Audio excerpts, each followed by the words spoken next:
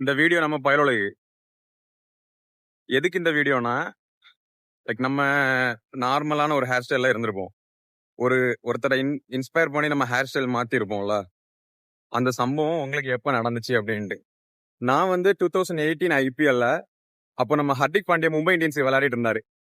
Hair style one side hair style அப்போ செம்ம trend.